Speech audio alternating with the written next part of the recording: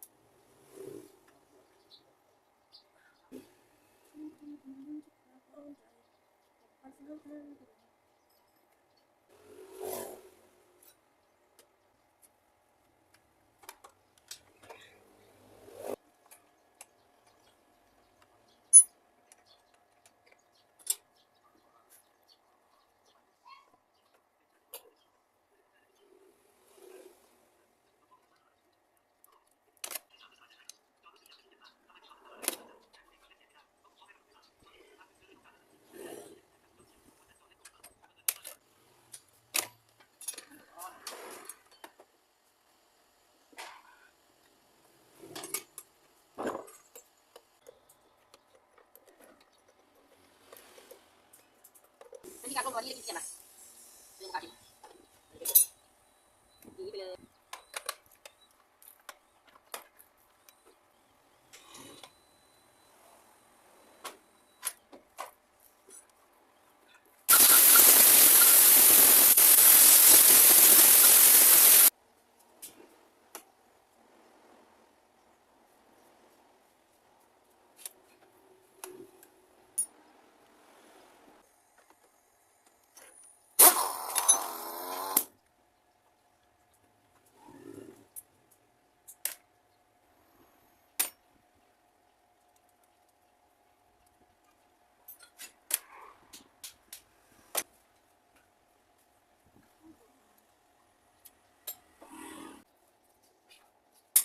เรื่องพวกคุณ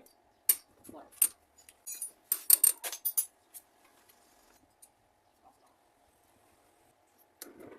นี่มาที่นี่คือประธานเราเขาไปไหนที่นี่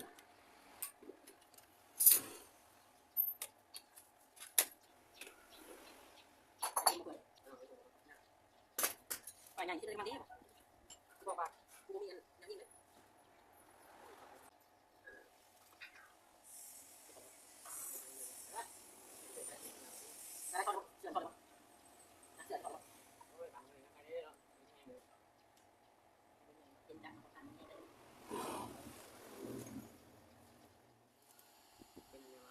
หลังจากที่เฮาได้ถอดหัวกะโหลกไปแล้วเนาะ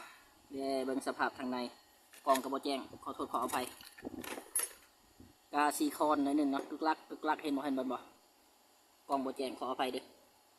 เห็นอยู่ดอกเนาะว่ามันตีนเดี๋ยวสิถอดเสื้อออกมาเบิ่งนี่น้ำมันเครื่องอังนั่นนี่ถอดเสื้อออกมาก่อนเนาะเดี๋ยวสิเบิ่งแหวนมูกหรือจมูกหรือบ่ตามที่เฮาสันนิษฐานถอดออกมาแล้วหัวกะโหลกเต็มตะขี้เข้ามาบ่นี่มือเดียวไวบ่วะมือเดียวบ่ไวเนาะเดี๋ยวรอแป๊บเนี่ยออกแล้วว้าขาดช่วงขาด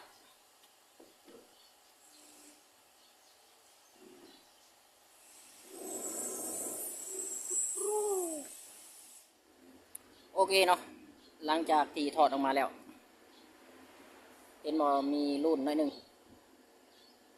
กล้องอาจจะบ่แจ้งเนาะเด็ดเห็นบ่สีดำกล้องบ่แจ้งก็ขออภัยเนาะเบิ่งใส่ให้ลูกพี่อธิบาย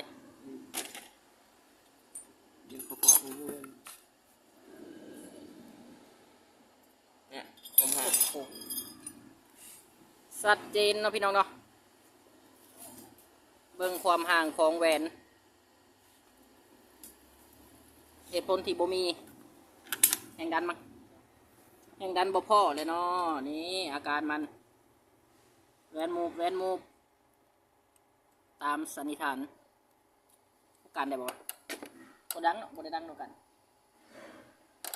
โอเคมีแต่สีแจ้งลูกค้าเนาะสีเอาอย่างไรกับซีโนอาการวูบอาการวาบมืออยากติดมือบ่อยากติดบ่ติดแบบนี้ไปหาผู้สาวบ่ได้ไปหาสาวหานบ่ได้ดอกคันนี้ต้องโมไหมทีมงานเฮาโอเคสำหรับคันนี้เนาะมีแต่ถ้าแจ้งลูกค้าก่อนลูกค้าว่าจังใดเดี๋ยวสิมาอัปเดตลงคลิปใหม่ให้เบิ่งอีกสำหรับฟีโนอาการวูบหรือสตาร์ทบ่ได้บางเวลา